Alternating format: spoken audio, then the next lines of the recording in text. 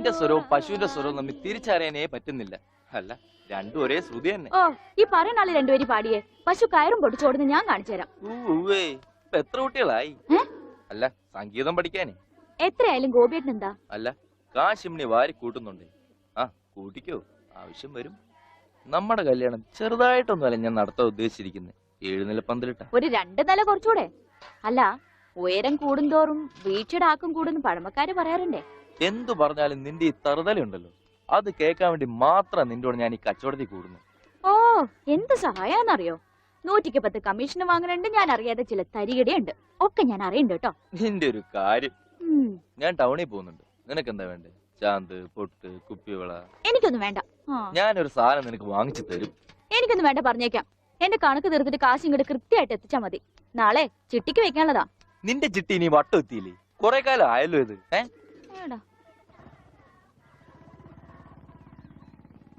ആ, ഗോപിക്കുട്ടൻ പോയോ മോളെ? അതിനി വൈകുന്നേരം നോക്കിയാ മതി. ബ്ലേഡ് പിരിക്കാനുള്ള ധൃതിയാ അതിന്. പത്രം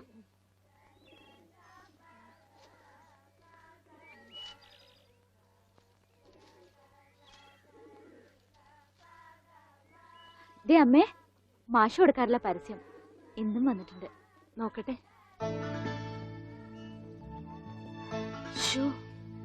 വർഷം എത്രയായി, എന്നിട്ട് ഒരു മാറ്റവും ഇല്ല. അതെങ്ങനെയാ അമ്മേ?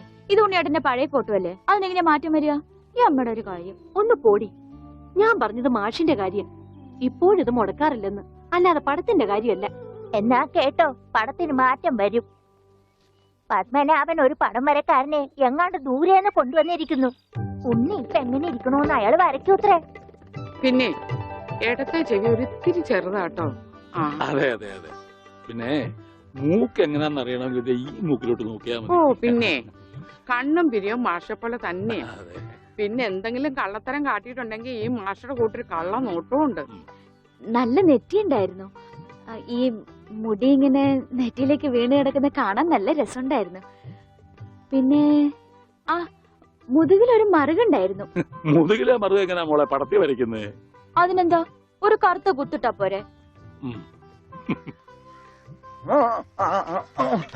ഇവിടെ റെസ്റ്റ്, ഞാനിപ്പോ വരാം. അല്ല, എന്താ ഇത്? മാഷിനെ പഠിപ്പിക്കാൻ വേറൊരു മാഷോ? ആരാ മാഷ ഈ പുതിയ മാഷ്? ഉണ്ണിയുടെ പടം വരയ്ക്കാമെന്ന ആളാ. ഞാൻ ഇന്നലെ പറഞ്ഞില്ലേ? ഓ, ആളാണ് ആർട്ടിസ്റ്റ്. അവന്റെ മോശമായ വല്ല ഓർമ്മയുണ്ടെന്ന് പറഞ്ഞു കൊടുക്ക്. പഴയ കൂട്ടുകാരനല്ലേ? ആർട്ടിസ്റ്റേ, ഒരു കാര്യം ഞാൻ പറയാം. അവന്റെ മുഖം ചേച്ചിയെ പോലെയോ മാഷിനെ പോലെയോ അല്ലായിരുന്നു. നല്ല ഭംഗിയായിരുന്നു. പിന്നെ താടി ഉണ്ടായിരുന്നില്ല. അന്ന് എനിക്കുണ്ടായിരുന്നില്ല. സിഗരറ്റ് വലിക്കോ? ഏയ്, സിഗരറ്റ് പോയിട്ട് ഒരു ചരട് പോലും അവൻ വലിക്കില്ല. അവിടെ നെട്ടു ഇതല്ലേ പ്രായമുള്ളൂ. അതല്ല, നിങ്ങൾ സിഗരറ്റ് വലിക്കുന്ന ചോദിച്ചത്. എനിക്കൊന്നും വേണം. Very sorry. കല്യാണം പ്രമാണിച്ച് എല്ലാ ചീത്ത സ്വഭാവങ്ങളും ഞാൻ നിർത്തിവെച്ചിരിക്കുകയാണ്. ആ മാഷേ, കല്യാണം വിളിക്കാൻ വേണ്ടി വന്നതാണ്. ഒന്ന് മാറി ഒന്ന് മാറി. അങ്ങനെ നിനക്കും പെണ്ണ് കിട്ടി അല്ലേ കൃഷ്ണൻകുട്ടി? അതെന്താ വെച്ചാ അങ്ങനെ പറഞ്ഞത്? അല്ല, എന്റെ ഉണ്ണി ഉണ്ടായിരുന്നെങ്കിൽ അവനും ഇപ്പൊ പെണ്ണാലോചിക്കേണ്ട സമയമായിരുന്നില്ലേ? അവനും ഈ ലോകത്തൊരു പെണ്ണ് കാണുമല്ലോ. അവള് ഭാഗ്യമുള്ളവളാണെങ്കിൽ ഉണ്ണി തിരിച്ചു വരും. തിരിച്ചു വരും മാഷേ. ആ, മാഷിന്റെ മോളും മരുമോനും മന്നുണ്ട്. ഒരു കുടുംബകലാപം ഉണ്ടാകുന്നതിന് മുമ്പ് ഞാൻ അങ്ങോട്ട് മാറിയേക്കാം.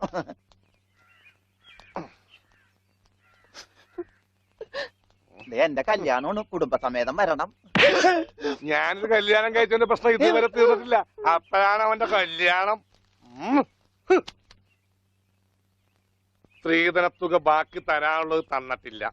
എന്നാ പിന്നെ മാസാമാസം അതിന് ഇൻട്രസ്റ്റ് തരാന്ന് പറഞ്ഞിട്ട് അതും തന്നിട്ടില്ല. സ്ത്രീധനം തരാനോ ഇൻട്രസ്റ്റ് ഇല്ല. അതിന്റെ ഇൻട്രസ്റ്റ് തരാനുള്ള ഇൻട്രസ്റ്റ് നിങ്ങൾക്ക് ഇല്ലെങ്കിൽ പിന്നെ അവളുടെ കൂടെ ജീവിക്കാൻ എനിക്ക് എന്തായാലും ഇൻട്രസ്റ്റ്. ഓമനക്കുട്ടാ, തൽക്കാലം നീ അകത്തേക്ക് ചെല്ലേ. ഞാൻ അകത്തേക്ക് ചെല്ലാൻ നല്ല കാര്യമായി.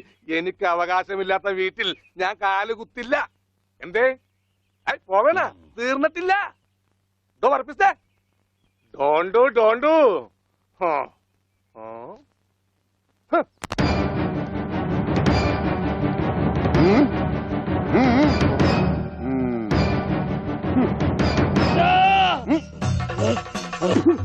പറ്റരുത്, പട്ടി പറ്റരുത്. എന്ത് വേണമെങ്കിലും കോംപ്രമൈസ് ചെയ്യാം.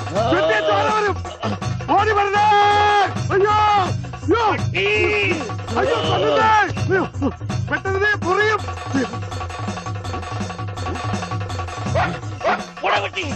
പട്ടിയായിരുന്നു. അയ്യേ, വെറുതെ പേടിച്ച്.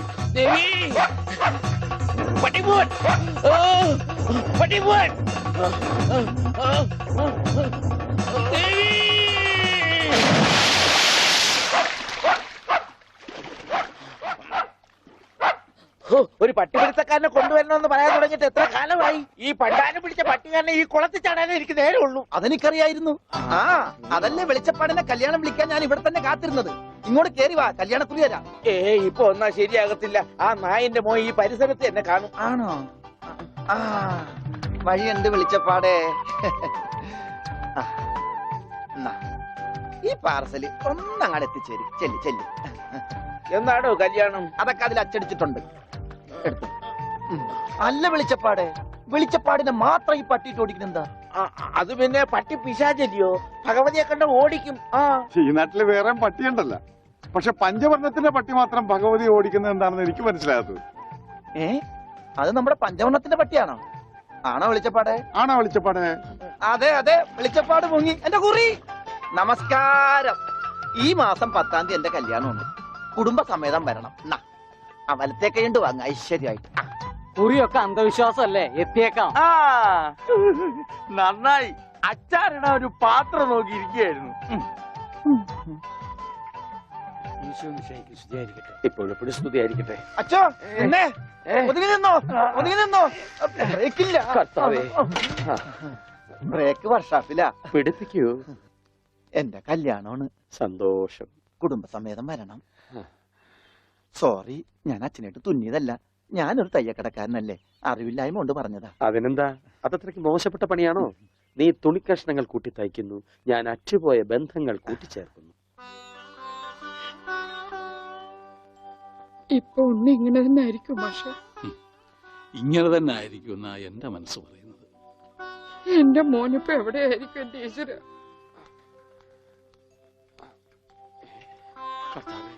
ഈ വീട്ടിൽ എന്ത് പറ്റി? മാഷേ, എന്നതാ എന്നതാ ഒരാൾക്കൂട്ടം? എന്താ അച്ഛോ സൈക്കിളും ചുമന്നുണ്ട്? സാധാരണ സൈക്കിളാണല്ലോ അച്ഛനെ ചുമക്കാറുള്ളത്. കർത്താവായ ഈശോ, ഇതിലും ഭാരമുള്ള ഒരു മരക്കുരിശ് ചുമന്നെങ്കിൽ ഒരു സാധാരണ വികാരി ഇരുമ്പ് സൈക്കിളെങ്കിലും ചുമക്കണ്ടായോ മാഷേ? അല്ല, ഈ വീലിന് എന്ത് പറ്റി? ഓ, എന്നാ പറ്റാൻ? മുൻ ചക്രം അലോഷ്യസ് തല്ലി തകർത്തു, പിൻചക്രം ആ പത്രോസും. അതെന്താ കാര്യം? അതിനെ കുറിച്ചൊന്നും പറയണ്ട. ഒരു കുടുംബം നന്നാക്കാൻ പോയ എനിക്ക് സ്വന്തം സൈക്കിള് നന്നാക്കേണ്ട ഗതികേട് വന്നു. എന്നതാ ആൾക്കൂട്ടം? അച്ഛോ, ഞാൻ നമ്മുടെ ഉണ്ണിയുടെ പടം ഒന്ന് വരപ്പിക്കുക. സൈക്കിള് പോയി. അതല്ലേലും പോയി.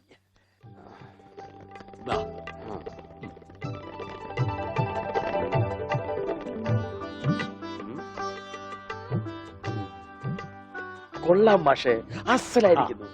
ഇനി ഈ പടം വെച്ച് പത്രത്തിൽ ഒരു പരസ്യം കൊടുക്കണം. എന്റെ പടവും വെച്ചൊരു പരസ്യം കൊടുക്കേണ്ടി വരും, കാണാനില്ലാന്നും പറഞ്ഞുകൊണ്ട്. അതെന്താ? താനും കാണാനില്ലാണ്ടാവാൻ പോവാണോ? ഞാൻ കാണാനില്ലാണ്ടായിക്കോട്ടെ, എന്നാലും ഞാൻ അടുത്ത മാസം വരും. എനിക്ക് തരാനുള്ള സ്ത്രീധന തുക തന്നു തീർക്കണം. എന്റെ ഓമനക്കുട്ട, നിനക്ക് വാരി കോരി തന്നാ കൊള്ളാന്നുണ്ട്. പക്ഷെ എന്റെ ഒന്നുമില്ല. അതെ, തീർന്ന് അവസാനം ഈ വീടും പറമ്പ് മാത്രമായി. അതെ അതെ, അതാണെങ്കിൽ ഉണ്ണിയുടെ പേരിലും നിയമം എനിക്കറിയാം. ഒരാളെ കാണാതായി 7 വർഷം കഴിഞ്ഞാൽ മരിച്ചതായി കണക്കാക്കപ്പെടും. 7 വർഷം കഴിഞ്ഞ് ജീവനോടെ തിരിച്ചു വന്നാലും മരിച്ചതായിട്ട് കണക്കാക്കുവോ? അടുത്തനാണെന്ന് ഞാൻ നോക്കൂല, ഞങ്ങളുടെ കുടുംബത്തിൽ ഇടപെടേ. അതെ, ഉണ്ണി ചത്തുന്നൊരു വെള്ളക്കള്ളത്തിൽ എഴുതി കൊടുത്താൽ തീരാവുന്ന പ്രശ്നമേ ഉള്ളൂ. അയ്യോ, ഞാനിങ്ങനെ എഴുതി കൊടുക്കണേ. ഓമനക്കുട്ട, ഒരു രാത്രി പോലും തന്റെ മകനെ പിരിഞ്ഞിരിക്കാൻ വയ്യാത്തോണ്ടല്ലേ വെപ്രാളപ്പെട്ട് താൻ ഈ ഓട്ടം ഓടുന്നത്? എടാ, 17 വർഷമായി ഞാൻ എന്റെ മോനെ പിരിഞ്ഞിരിക്കാൻ തുടങ്ങിയിട്ട്. അവൻ എന്തെങ്കിലും തിരിച്ചു വരുമെന്നുള്ള പ്രതീക്ഷയിലാ ഞാനും ഇവിടെ ജീവിക്കുന്നത്. അവൻ മരിച്ചുപോയി എന്ന് ഞാൻ എങ്ങനെയാടാ പറയുക? അതിലും ഭേദം ഞങ്ങൾ അങ്ങ് ജീവൻ ഒടുക്കുക. കണ്ണടയ്ക്കുന്നതിന് മുമ്പ് അവനെ ഒരു നോക്ക് കാണണമെന്ന ആഗ്രഹം. അതിനുവേണ്ടിയാ ഞങ്ങൾ എന്നും പ്രാർത്ഥിക്കുന്നത്. അവൻ ചത്തുപോയി എന്ന് പറയുന്ന നാവ് കൊണ്ട് തിരിച്ചു വരാൻ വേണ്ടി പ്രാർത്ഥിക്കും. അതല്ല നിനക്ക് സ്വത്തുക്കളാണ് വലുതെങ്കിൽ വേണ്ട, എന്നിട്ട് തീരുമാനിക്കുക. അവനിനി എന്നാണാവോ വരുന്നത്? എന്നാലും കാശ് ചോദിച്ചു വന്ന എന്നെ കരയിപ്പിച്ചു വിട്ടത് ശരിയായില്ല. മാഷന്റെ സെന്റിമെന്റ്സ് കയറിയാ പിടിച്ച വലുത്.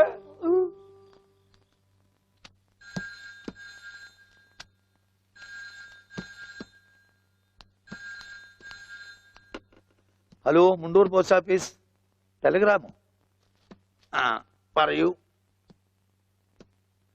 ടു പത്മനാഭൻ മാസ്റ്റർ, താഴത്തെ വീട്, മുണ്ടൂർ PO. ആ മെസ്സേജ്.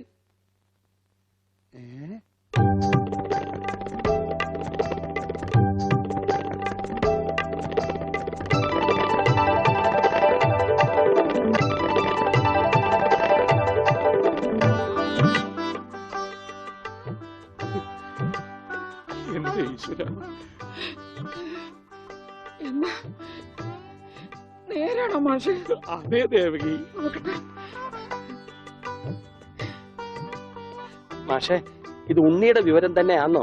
അതെ, നമ്മുടെ ഉണ്ണി നാഗപട്ടണത്തുണ്ടെന്ന്. ടെലഗ്രാം അടിച്ചത് ആരാ? പൗരസമിതിക്കാരാ. ആരെങ്കിലും പോയി ഒരു വണ്ടി വിളിച്ചോണ്ട് വരുവേൻ. മാഷെ, നമ്മൾ ഈ നിമിഷം പുറപ്പെടുന്നു നാഗപട്ടണത്തെ. അതെ, വേഗം പുറപ്പെട്ടുള്ളൂ.